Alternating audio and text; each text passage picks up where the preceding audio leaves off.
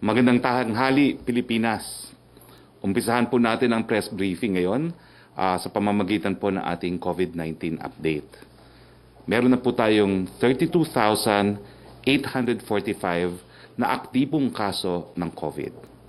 Ang total cases po natin ay 46,333. Ang mabuting balita po naman ay mahigit 12,185 ang gumaling. Pinapakita ng susunod na graph na kahit dumami po ang kaso, ang percentage ng nagpositibo ay bumaba po. No? Sa Pilipinas po, ang tinatawag nating mga taong nagpositibo, kada 100 katao ay 7%. At ang prescribed po na porsyento ng World Health Organization ay 10%. Now, ang ano naman po ang nai-report na namatay kahapon, no? Well, ang namatay po kahapon ay 1,303 deaths. No? Patuloy po naman na mababa ang mga numero ng namamatay. Ito po ang tinatawag na COVID-19 mortality rate. No? Makikita nyo po na pababa ng pababa ang mga namamatay. Ang Pilipinas po ngayon, ang mortality rate po natin ay 2.9% lamang. Ang global average po ay 5.5%. Now, pumunta naman po tayo sa estimate po ng UP. No? Ang estimate po ng UP nga, kung hindi daw tayo gumalaw, no? At gumawa ng mga hakbang para pigilan nga ang pagkalat ng sakit, ay dapat po meron na po tayong 3.6 million cases ngayon na naiwasan po ng ating lockdown at yung ating kampanya na magsuot ng mask, social distancing at maghugas ng kamay.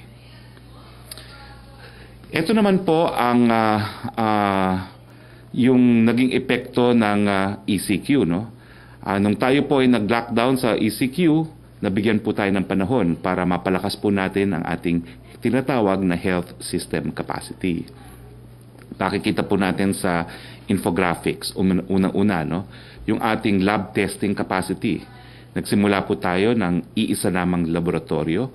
Lumaki na po tayo ngayon at ngayon po meron na tayong 74,304 na test capacity. No? Nagsimula po tayo niyan, iisang lab lang natin at 2,000 po yung ating natetesting. Now, ito naman po yung health system capacity at ito po yung quarantine facility bed occupancy over time. Nababalita po kasi na nagkukulang daw po tayo ng hospital beds. Well, ito pong graphs na ito nagpapakita na hindi po totoo yan. Now, tatlo po ang kulay nito. No? Yung dark blue po, yan po yung okupradong mga kama. Yung light blue, yan po yung bakanting mga kama. At yung gray po, yan po yung mga unreported na po pwede pang gamitin nga po, no, kung kinakailangan. Makikita nyo po, napakadami po nating hospital bed capacity, no, dito sa graph na ito. Ito po yung suma total ng light blue at ng gray. Kung ipagsasama nyo po yan, makikita nyo na halos kakaunti nga lang po ang mga beds na ginagamit ngayon sa ating mga hospital. So pinabubulaan po natin yung mga naulat na mga fake news na wala na raw po tayong hospital bed capacity. At ito naman po ang ating PPEs. No? Yung end of April, meron po tayong 1 million PPEs. At ngayong end of June, meron na po tayong 3 million na mga PPEs. Now, dito po sa NCR, ito po yung ating COVID bed capacity sa NCR. Meron po tayong suma total na 28,000 NCR hospital bed capacity. At dito sa numerong ito, 8,400 po ang allotted specifically po para lang po sa COVID-19. Dito sa 8,400, ang okupado lang po ay 3,602. So wala pa po sa kalahati ang occupied na hospital bed exclusively devoted for COVID-19. Now, kaya nga po, ang sinasabi natin po ngayon, pagdating po sa quarantine facilities bed occupancy, ngayon po meron pa tayong 72% na mga available bed capacity. hindi po tayo nagkukulang ng mga hospital beds kung tayo po ay magkakasakit. Now, ang sinasabi lang po natin ng gobyerno ngayon, no, dahil kinakailangan na nga natin pong magkaroon ng hanap buhay at kinakailangan buksan ng ekonomiya, alam naman po natin ang ating mga sandata, no, laban sa COVID-19 para mapapagal ito. Social distancing, pagsusuot ng mask, paghuhugas ng kamay. At kinakailangan po, yung pananagutan, kinakailangan pong mas malaki na po ang responsibilidad ng ating mga LGUs dahil sila nga po ang mag-i-implement ng mga granular o localized lockdown. Kinakailangan ang individual magkaroon ng mas malaking responsibilidad dahil wala na nga tayong ayuda, kinakailangan gumawa ng mga hakbang para mapabagal po ang pagkalat ng sakit. No? At siyempre po, nandyan naman po yung ating mga kapartner na private sector na talaga namang pong hindi lang namibigay ng mga pangangailangan natin, pero talagang tumutulong po para mapalawak pa yung ating targeted testing sa ating lipunan ngayon. Kasama naman po natin sa estratehiya na pagbubukas ng ekonomiya, bukod dito sa basic minimum hygiene, yung pag-aalaga po sa ating mga vulnerables, yung mga buntis, mga may sakit na comorbidities na tinatawag, at yung mga elderly.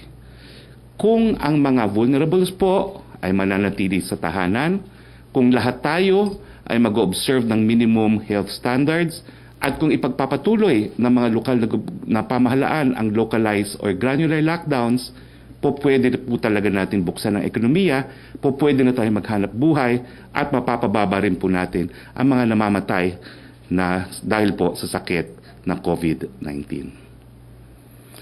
Balitang IATF naman po tayo. No? Naaprubahan po kahapon ng IATF ang Resolution number 52. Lumabas po ito kahapon sa ating press briefing na nalathala na may mga nagkasakit na raw po sa DIPO.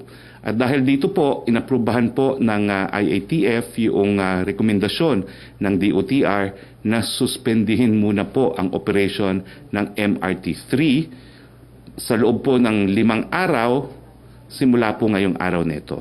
Ito po ay para matest ang lahat ng mga empleyado sa pamamagitan ng PCR at bukod pa po doon ay para po magkaroon sila ng mga minimum requirements na magtatrabaho na lahat po ay negatibo sa testing. Now, pangalawa, meron pong pagbibigay ng prioridad sa disinfection ng mga pasilidad ng MRT-3. No? Kailangan po talaga pansamantalang itigil ang operasyon, hindi lang po para matesting, kundi para rin magkaroon ng disinfection ng ating mga tren. Pangatlo, magkakaroon naman po tayo ng bus augmentation. Ito po ay pinangako ni GM Jojo ng MMDA para naman po yung mga pasahero ng MRT-3 ay hindi naman po mahirapan sa humanap ng kanilang mga sasakyan. Meron po tayong 70 buses para sa MRT-3 bus augmentation program at may fixed dispatching interval na kada 3 minuto. Ito po ay ayon sa DOTR. Dagdag pa ng DOTR, 150 buses ang i-deploy para 190 po, I stand corrected. Dagdag pa po ng DOTR, 190 buses ang i-deploy para sa EDSA busway service na nagsisilbi sa mga pasahero mula Monumento hanggang Parañaque Integrated Terminal Exchange. Isang mini loop naman po ang magsisilbi sa mga pasahero mula Timog Avenue hanggang Ortigas kung saan pinayagan ng shuttle minibus service na mag-pick up at mag-drop off ng pasahero sa curbside. Inaprubahan din po ang mga rekomendasyon ng Department of Agriculture para sa pagpapatupad ng whole-of-nation approach para mapigilan ang pagkalat ng bagong strain ng G4H19N1 o ang swine flu virus. Ang unang rekomendasyon po ang paglalagay ng interagency surveillance mechanisms para sa mga swine farm at mga manggagawa, lalo na sa mga regularly exposed sa mga baboy. Pangalawang rekomendasyon, ang mga may kinalaman na ahensya ng pamahalaan, partikular ang DOH, DA at ang Bureau of Customs ay inatasan na mahigpit na ipatupad ang Republic Act number 10611 o ang Food Safety Act of 2013. Inaprubahan din po ng mga miyembro ng IETF ang mga sumusunod na rekomendasyon ng Technical Working Group on the Entry of Foreign Nationals. Meron din po nagtanong nito kahapon. No? Una, ang pagbuo po sa Sub-Technical Working Group on Travel. Pangalawa, ang pag-alis sa suspensyon ng non-essential na mga biyahe ng mga Pilipino. Kaugnay nito, lahat ng travel restrictions na may kinalaman sa outbound travel ng mga Pilipino ay inalis na rin po. Huwag muna po tayong tumalon sa tuwa. Bawal pa rin po at bawal pa rin ang turismo, pero ang mangyayari po ay pagbabiyahe, meron po tayong mga requirements na dapat ipakita sa ating Bureau of Immigration. Lahat ng mga outbound non-essential na mga biyahe ng mga Pilipino ay isasilalim po sa sumusunod na kondisyon. Unang-una po, pagbigay ng confirmed round-trip ticket sa mga biyaheng mga may tourist visas. Pangalawa po, may sapat na travel at health insurance para sagutin ang mga gastos sa rebooking at accommodation kung sakaling ma-stranded at magpapagamot sa ospital kung sakaling may impeksyon, kung saan ang halaga ay sasabihin po ng Department of Tourism. Pinapayagan makapasok o allowed entry sa papuntang bansa na ayon sa travel, health at quarantine restrictions. Ibig sabihin, wala pong ban para sa mga Pilipino yung mga pupuntahan natin. Tapos po, pagbigay ng isang deklarasyon kung saan nakasaad ang risk na kasama sa pagbabiyahe tulad na delay ng biyahe pabalik na bansa, pagbalik sa yung magsasign po sila ng declaration na alam po nila yung risk ng kanilang pagbabiyahe. Pagbalik sa Pilipinas, sundin ang guidelines ng mga returning overseas Filipino of the National Task Force. Ito po yung magpapa-PCR at quarantine muna habang hindi pa po lumalabas ang resulta ng PCR test. Naglabas din ng updated guidelines for barbershops and salons, ang DTI. Ito po ang akin sinabi kahapon, no? Kung matatandaan po natin na nung Biyernes na hindi na limited sa basic haircutting services ang serbisyong maibibigay ng mga barbero at mga parlors. Well, sabi ko po, antayin natin yung guidelines na kanilang ilalabas. At ito na nga po yung mga guidelines. So ano po yung salient points ng DTI Memorandum Circular number 2038? Well, una po, ang mga barbershops at salons ay pinapayagang gumawa ng lahat ng haircutting services at hair treatment services sa ilalim ng GCQ. Sa mga lugar na nasa MGCQ, pinapayagan ng haircutting, ang hair treatment services, pati na din po ang nail care services, basic facial care tulad ng makeup, eyebrow threading, eyelash extension, at facial massage, at iba pang basic personal care services tulad ng waxing, threading, shaving, foot spa, at hand spa. Ipatutupad ang mga ito sa ilalim ng mahigpit na protocol sa hand sanitation, face mask or face shield, guantes, at sterilized equipment. Pumunta naman po tayo sa operating capacity. No? Sa ilalim po ng GCQ, 30% ang operating capacity sa barbershops at salons at 50% naman po sa MGCQ. Ito ay hanggang 15 ng Hulyo ng taong kasalukuyan. Simula ng 16 ng Hulyo, ang operating capacity sa GCQ ay magiging 50% na po, samantalang 75% naman po ang capacity ng MGCQ. Ngunit kinakailangan pa rin po sundin ang physical distancing at prescribed minimum health protocols. Ito po yung mga tinatawag nating mandatory health standards and protocols para po sa mga barbero at mga parlor. Una, mahigpit na pagpapatupad ng no face, no mask, no entry policy. Pangalawa, paglalagay o pag-i-spray ng rubbing alcohol at bago po pumasok ang mga empleyado at mga parokyano. Pangatlo, pagpaparehistro sa SafePass o StaySafe.ph o pag-administer ng Health Declaration Checklist. Ito po ay para sa tracing. Pang-apat, ang pag-thermal scan bago makapasok. Thermal scan bago makapasok ang mga taong may temperature, yung mga taong may temperature po na mas mataas sa 36.5 ay hindi po papapasukin. Panglima, lahat ng mga sintomas tulad ng may lagnat, may ubo, hirap sa paghinga ay hindi po dapat papasukin. Pang-anim, ang mga empleyadong may sintomas ng COVID-19 o na-expose sa mga pasyenteng may COVID-19 ay hindi po papapasukin. Pang-pito, ang mga upuan ay may layong 1 metro sa isa't isa. Pang-walo, may tamang ventilasyon at exhaust system. Pang-siyam, na-sanitize ang mga restroom at walang kalat ang mga basurahan. Pang-sampu, sterilize ang mga gamit bago at pagkatapos ng bawat serbisyo.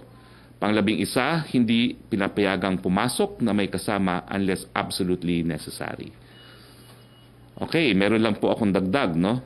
Ito po yung other modes of transport na tutulong habang hindi po nag-ooperate ang MRT-3 simula ngayon po hanggang July 11. Number 1, yung MRT-3 bus augmentation, 90 bus units with 3-minute regular dispatch system. Pangalawa, sa EDSA busway, 190 buses from Monumento to Q Avenue and Estrella to PITX. Passenger pick-up and drop-off will be at the curbside. Tapos, 4 additional median bus stops will be open starting tomorrow po, no? Sa Main Avenue, Santolan, Ortigas, and Guadalupe.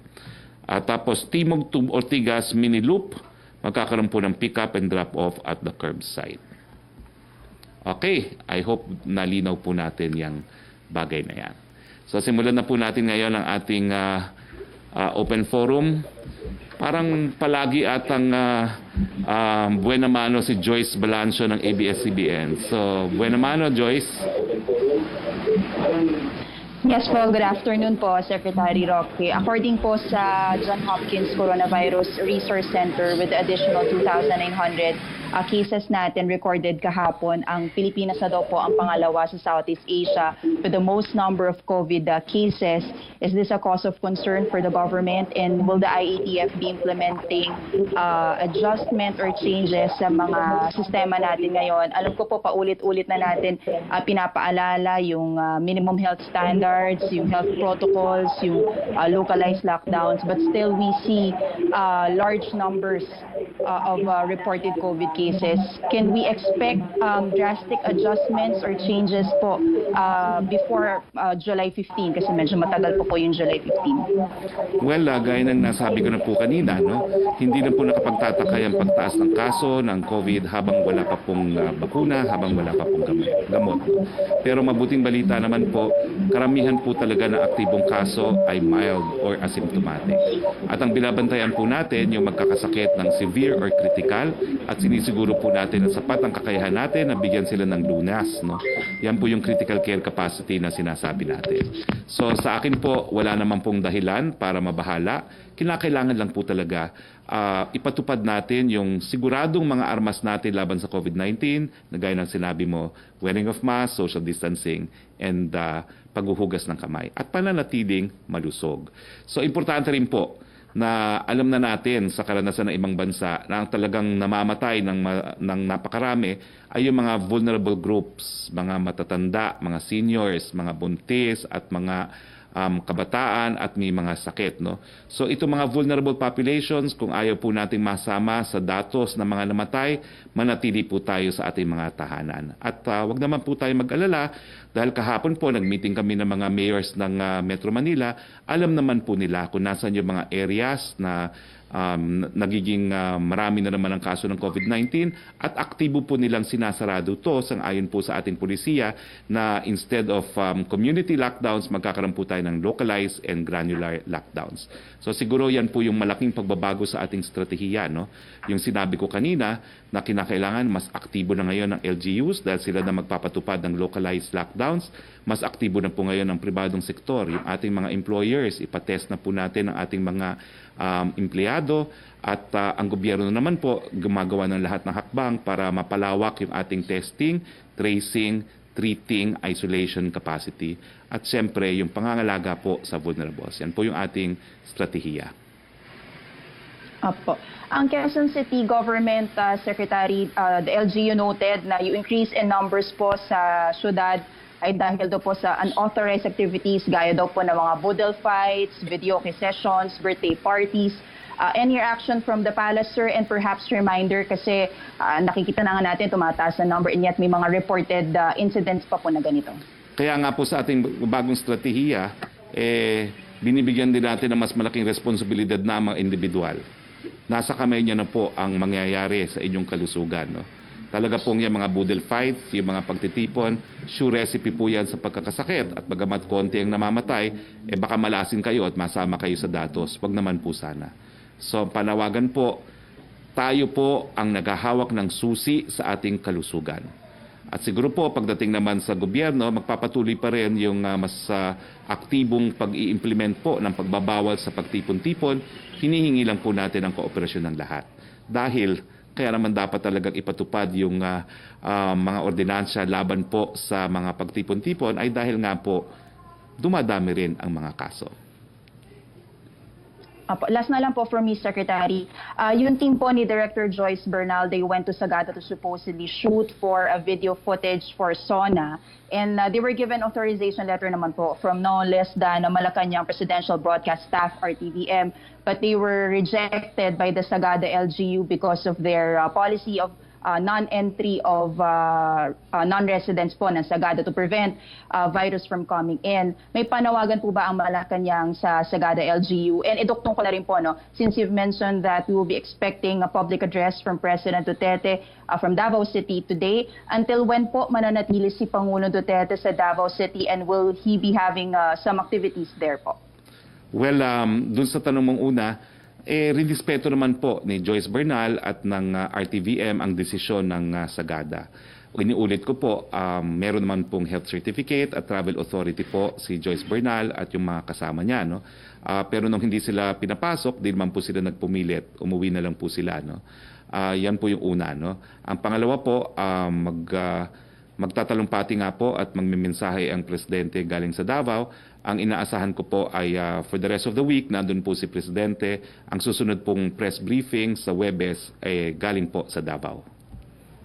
Ano po activities po ni President Duterte? That's why he has to stay for a week sa Davao po. Well, meron po kaming pagpupulong at inaasahan ko rin po na meron kaming separate na pagpupulong sa Wednesday kung maipapasok po ako sa schedule, pero puno nga po yung schedule. No?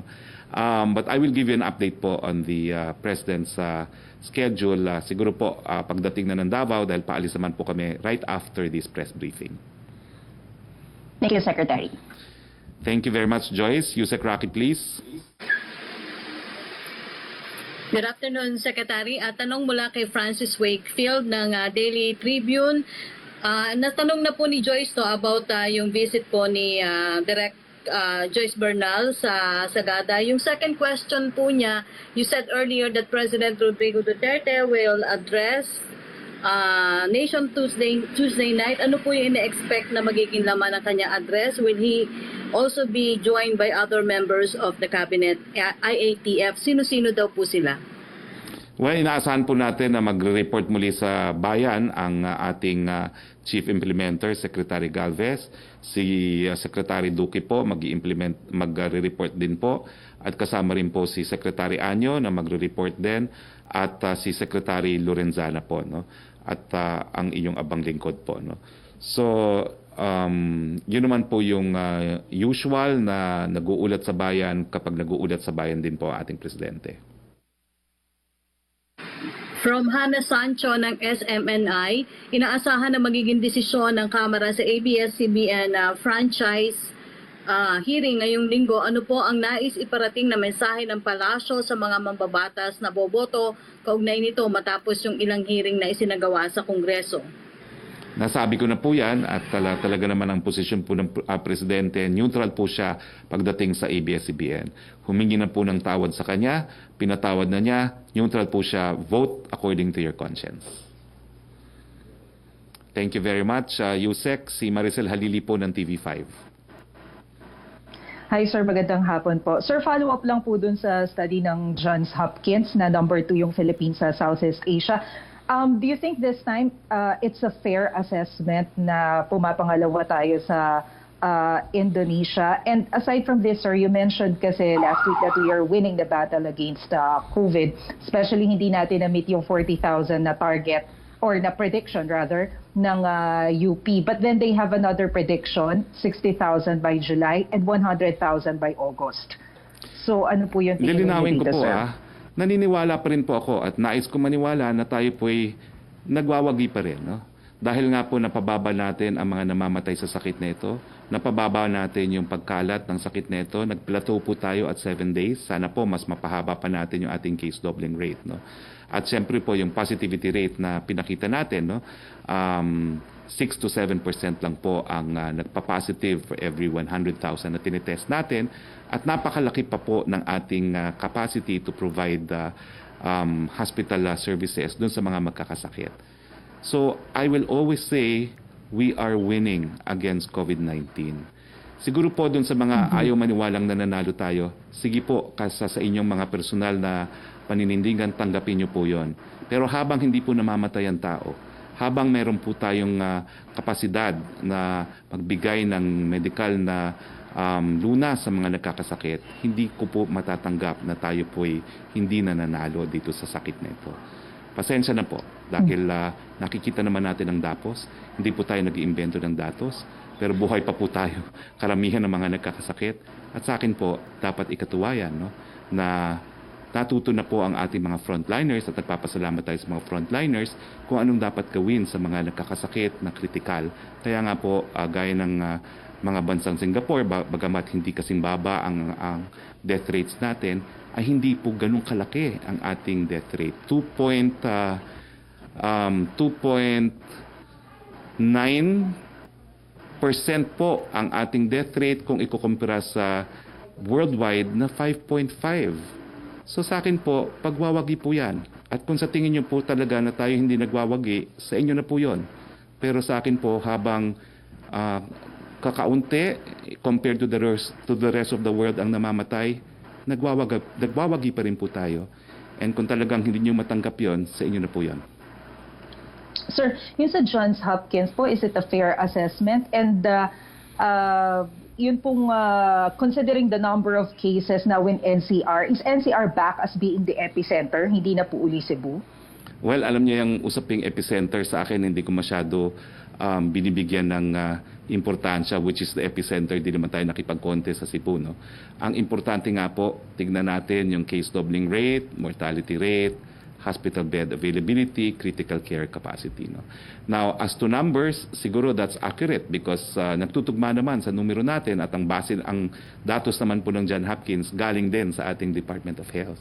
Pero kung makikita nyo nga, miski dun sa malaking numero na nagkakasakit, mahigit kumulang naman kalahati ang mga aktibo. No?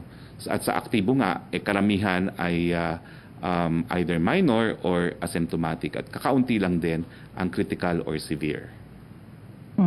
Sir, last na lang po, inflation rate base po sa PSA rose to 2.5% ngayon po June, primarily because of the increase on fare. How do we balance this, sir, especially now na marami pa rin po yung unemployed? Well, napakababa pa rin po niyan, 2%. No? At inaasahan po natin na kahit paano tumaas kasi nga po nanggaling tayo sa complete lockdown. So syempre po, habang nagbukas yung ekonomiya, mas tataas po ang supply, dahilan kung bakit tumataas din ang inflation rate dahil yan naman po ay supply and demand. No? So mas mataas ang demand at siguro po limitado pa rin ang supply kaya medyo bahagyang umakyat po ang ating inflation rate. Pero hindi naman po nakakabahala yan dahil 2% po yan. Okay. Thank you, sir. Thank you very much, Pia. Back to you, Sec. Rocky. From Samed Enilla of Business Mirror, may official request na po kaya si President Duterte for Congress to hold a special session? If yes, kailan po kaya ito gaganapin?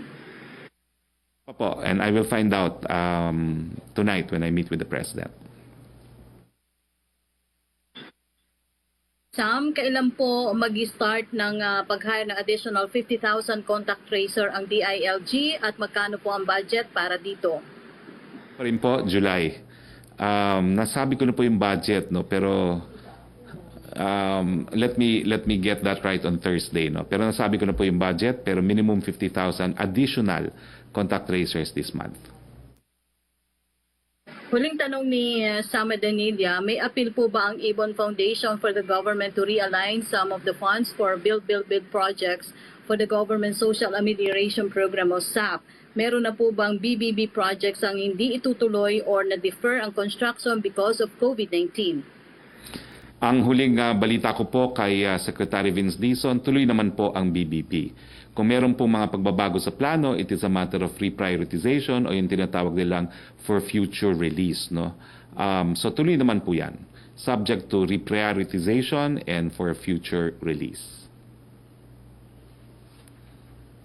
Yes, punta tayo kay Trish Terada. Sorry Maricel ha, palagi ko kayong, para kayong magkapatid kasi ni Pia, no? Kaya palagi kong nako-confuse kayong dalawa. But sorry, that was Maricel Halili kanina and now it's Trish Terada of CNN. Hi, Secretary. Good afternoon po. Sir, as early as now, dahil po dun sa makikita ang pagtaas ng mga kaso, meron po mga ilan na nakot o nag-e-express ng takot na sa fears. Well, meron dyan choppy ka, no? Pero parang ang tanong mo, dapat bang matakot sa increase ng numero? Well, ang sagot ko po, hindi naman po, no? Dahil unang-una nakikita po natin talagang an overwhelming majority of the cases involve mild or asymptomatics, no? At ang ating kapasidad, napakalaki pa po na magbigay ng medical care, no? 72% pa po ang available natin na bed occupancy, no? Pero karamihan po ng mild at asymptomatic hindi na po kailangan i-hospital, no? So hindi naman po dapat ikabahala yan, pero dapat pa rin magpursige, social distancing, wearing of mask, and paghuhugas ng kamay. Sir, sorry, may line was quite matter. Sure po, sir, meron pong mangilan-ilan na nananakot o nag-e-express po ng takot na dahil dun sa mga iba-ibang information na kumakalat na baka daw po bumalik tayo sa ECQ. Your message, sir, doon sa mga nagpapakalat. Well, ang masasabi ko dyan, establish po ang ating criteria pagdating sa mga classification. Case doubling rate, ang ngayon po, plateau tayo at 7, and critical care capacity, pero ngayon po, tignan nyo po, 72% ang hospital bed availability natin, no? So, kung nagpa-plateau naman po ang ating case doubling rate na 7 days, stable siya, at marami po tayong critical care capacity, kaya natin gamutin, hindi naman po dapat tayo bumalik sa mas ma-stricto pang quarantine dahil dumating na po talaga tayo sa punto na kinakailangan na natin maghanap buhay lahat. Secretary, ko nga on another... Yes po. Go ahead. Another topic po.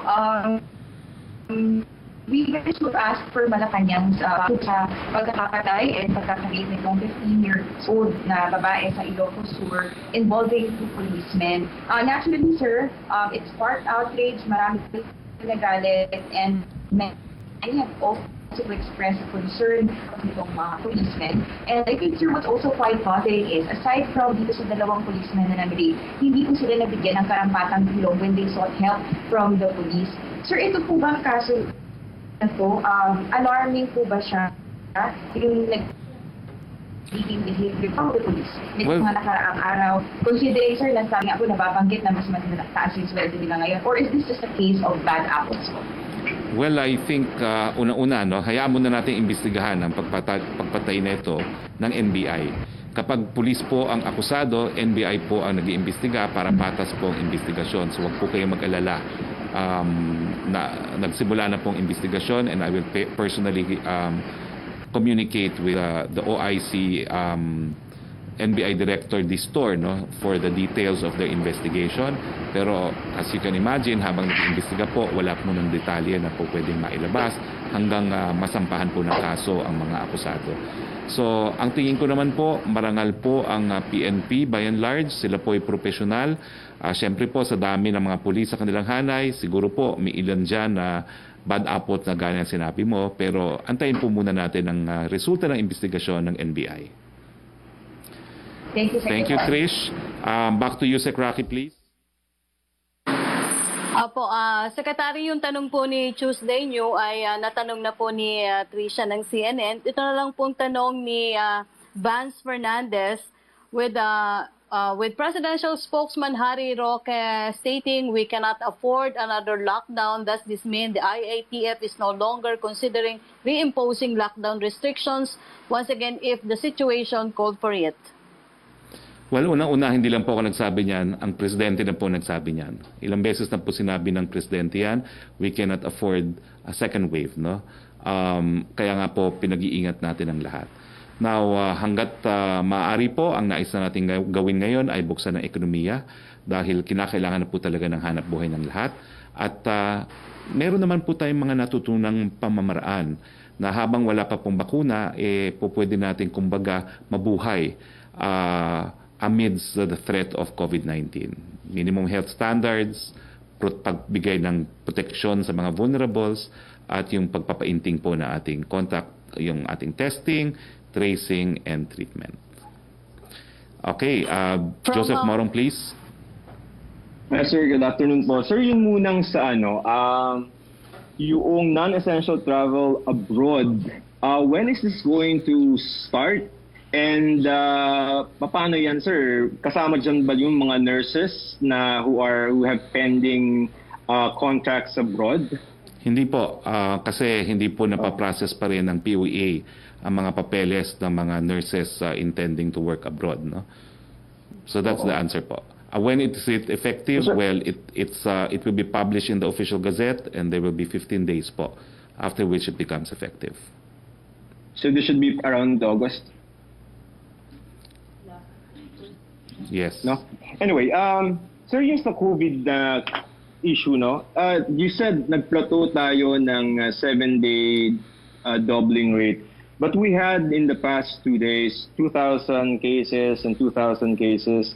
Where do you attribute this? And remember, I have a question about the profile of these new infections. Do we have that idea, sir? And also sa bed capacity, so 72%. Are you including all the beds in the hospitals? Or just referring to the 30% allotment in any hospital? Well, malinaw po yung ating graph na pinakita kanina, no? Meron pong 30% allotted for COVID, no? So yun po ating pinakita, yung sumatotal ng allotted beds for COVID at malaki pa po ang available na mga beds, no? Secondly, pagdating to sa mga datos, well, alam niyo naman po ang datos, merong fresh, merong delayed. So kasama po dyan ang fresh at ang delayed. So nandyan din po yung mga bagong kaso dyan sa mataas na 2,000 na delay po dahil nga po sa verification, no, na ginagawa ng Epidemiological Bureau. Pagamat halos maliit lang po ang delay galing po sa mga laboratorio. Okay. Sir, sa SONA, what is the inclination of the President? Does he want to physically go to the House of Representatives with a minimum number of audience? Ano po yung mga so far na inilalatag na natin na mga plano? Dalawa lang naman po yung pinagpipilian nga. Pupunta sa Kongreso na kaunti lang ang mga kongresista at senador na present or galing na lang sa Malago, no? Via online, no? Pero kung nakikita niyo po, pati ang ASEAN Summit ngayon, online na. Tapos yung mga pagpipresent na credentials ng mga ambassadors, online na rin. So either way, it does not matter. Ang importante lang naman, mag-ulat sa Kongreso and the Constitution does not require from where he will make the report. Would you say, sir, na ang inclination natin is online na lang? Well, I would So say far. that's a safe fallback position. Okay? Thank you very Sir, much, just one, Joseph. sir, one last. Can I have one last, sir? Okay. Anyway, sige, anyway. Okay. Sir, yun pong magbubukas tayo ng capacity sa GCQ, 30% to 50%. We're doing this in the face of increasing number of cases. Paano, sir, yun natin i-reconcile? Well, nasagot ko na po yan kanina, no? The cases, pwede pong dumami sila.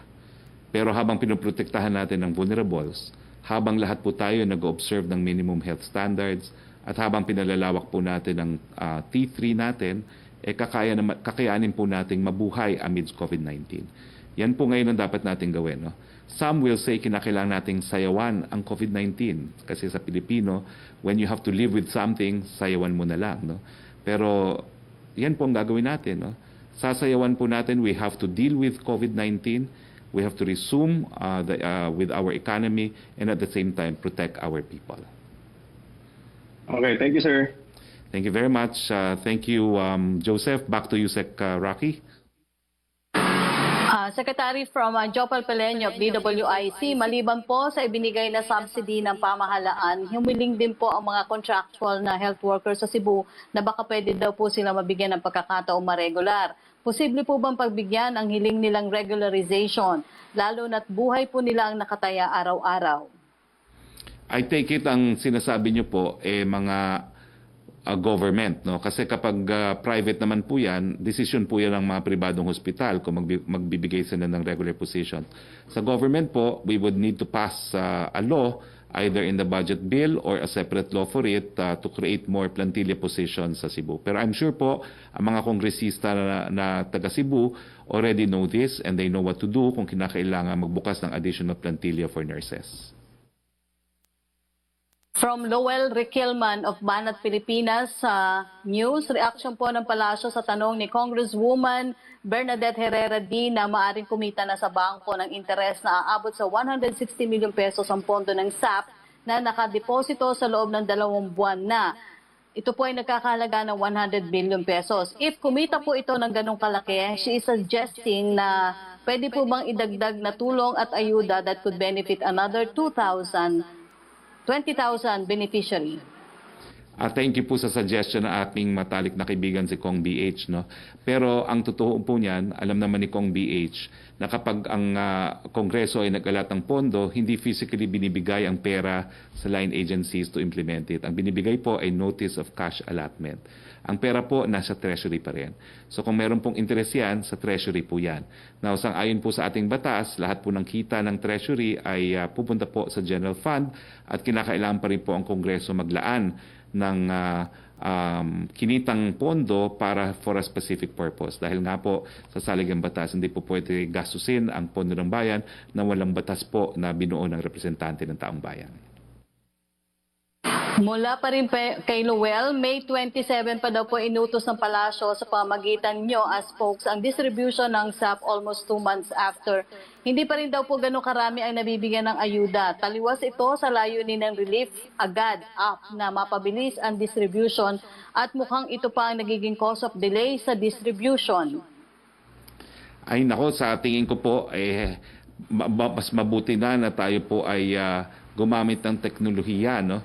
Ang balita ko po ngayon ay nakakatanggap na po sila ng mensahe sa mga cellphones nila.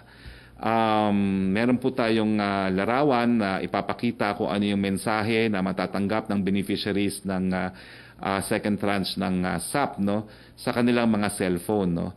Makakatanggap po sila ng mensahe kung nakapasok na yung 8,000 sa kanilang designated bank account. No.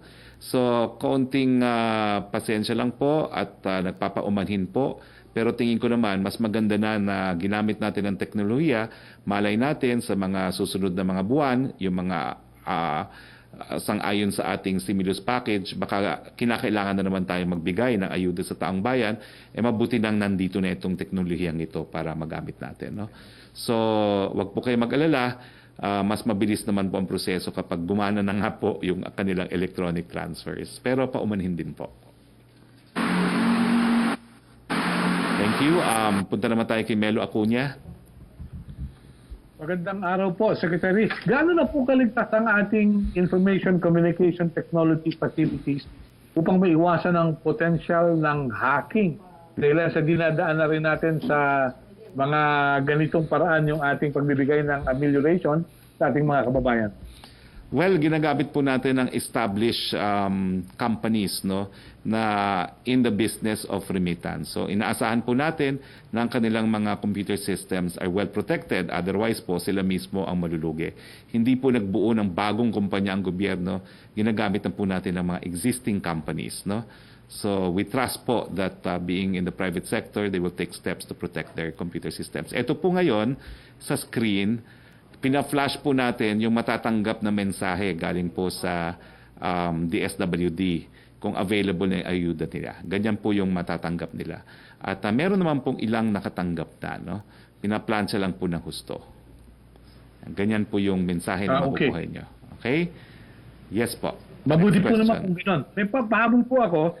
Meron na po ba tayong informasyon tungkol sa ginagawang pagsisiyasat ng National Bureau of Investigation sa barilan o pamamaril na naganap sa Hulo kamakailan?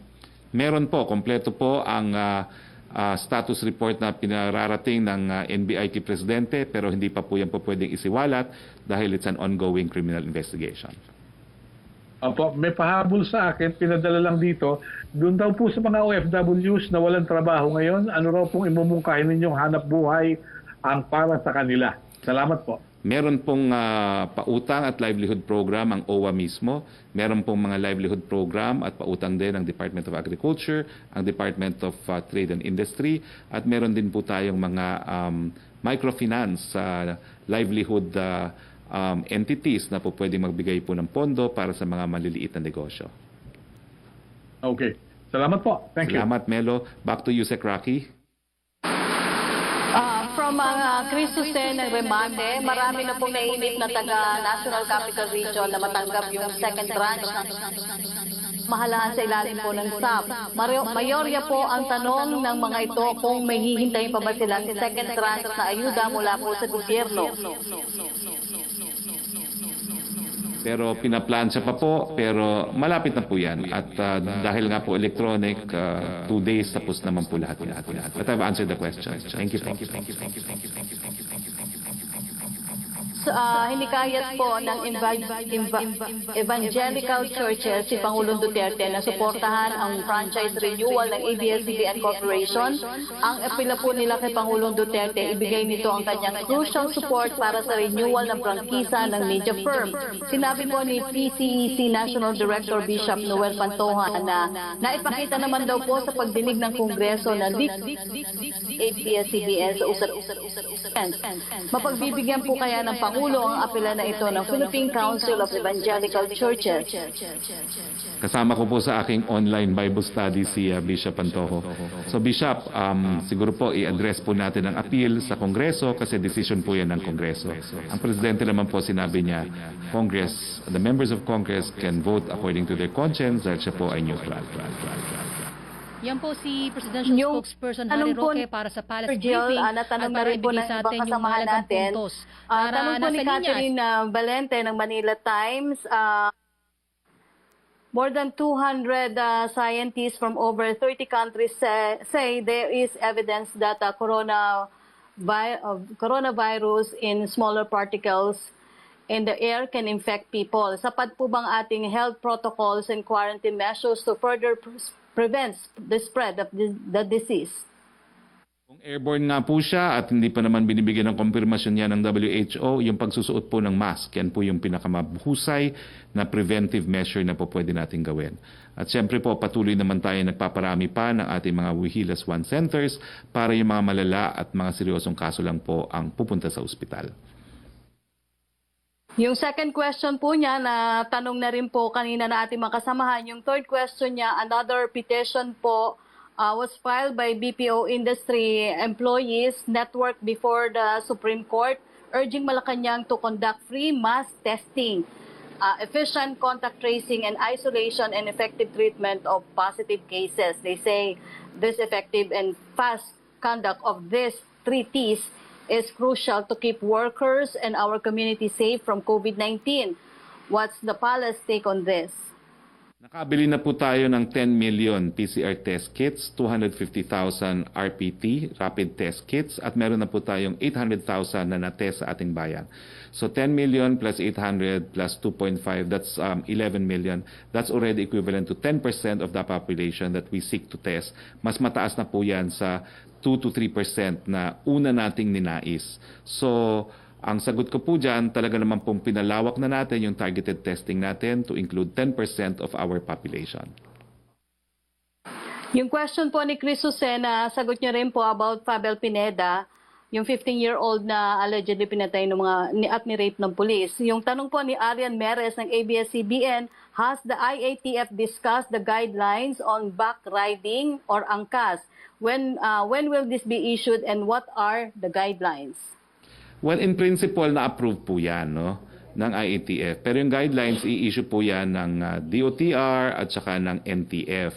So, ang napupusuan na po nila ay yung disenyo po ni Governor Yap, yung paggamit po ng parang shield, no, para maghiwalay po yung driver at saka yung kaangkas. Antayin lang po natin ang guidelines, ang final guidelines po ng NTF at saka ng DOTR.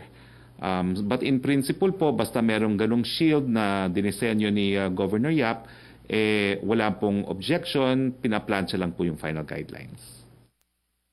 Yung tanong po ni Arya, nasagot niyo na rin about hospital bed capacity. Tanong po ni Rose Novenario from Hataw, ano po ang reaksyon ng palasyo sa mga lumutang na personal na interes ng mga mambabatas kahapon sa ABS-CBN franchise hearing na tila dinidiktahan ng isang media outfit kung ano ang dapat ibalita, na nagmumukhang hostage nila ang ABS-CBN na kapag hindi sumunod sa gusto nila ay hindi i-renew ang kanilang franchise.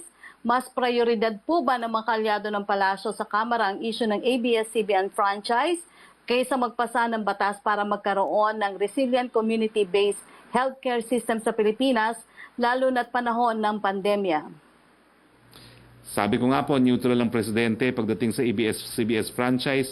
Respetuhin na lang po natin ang kapangyarihan ng mababang kapulungan dahil sa kanila po talaga dapat magsimula ang panukalang batas na magre-renew ng franchise ng ABS-CBN. Last question, from Angel Ronquillo of DZXL, hindi po ba napaghandaan ang MRT3 operations? Bakit may mga tauhan sila nagpositibo sa COVID-19? Hindi po ba dapat isinailalim muna sila sa RT-PCR test bago nagbalik operasyon para sana daw po na iwasan ang ganitong aberya? At paano ang sistema ngayon ng contact tracing lalo na't 11 sa mga nagpositibo ay ticket sellers? Well, unang-una po, yung guidelines naman po natin, nung nagbukas po ang MRT, ay hindi naman po rin require. Alam nyo naman po yan, ang COVID testing as a prerequisite para sa pagbabalik trabaho. Pero nung pumutok nga po na may mga nagkasakit, minabuti na po talaga na testingin lahat yung mga empleyado. Now, inaasahan naman po natin na kung kayo po'y sumakay ng MRT, siguro kami na pong nananawagan. Kung po pwede po, kung kayo po ay nagkaroon ng physical contact doon sa mga nagbebenta ng sellers, although meron naman tayong polisiya na dapat no cash at minimum contact, pero kung kayo po ay somehow nagkaroon ng contact, kayo na po ang mag-quarantine, no? Dahil hindi na po natin malalaman kung sino kayo. Kung kayo po ay merong simptomas, pwede naman po kayo magpa-PCR test dahil kasama naman po yan sa guidelines ng DOH, yung simptomas at saka kung kayo ay nagkaroon ng exposure, babayaran naman po yan ng PhilHealth. That was the last question. So maraming salamat, Yusek Roque. Maraming salamat sa lahat ng miyembro ng Malacañang Press Corps. Ang next press briefing po will be from the city of Davao. So sa ngalan po ng ating Presidente, Rodrigo Roa Duterte, na magbibigay ng kanyang mensahe sa taong bayan mamayang gabi, ako po ang inyong Spox Harry Roque nagsasabi, Philippines, let's keep safe.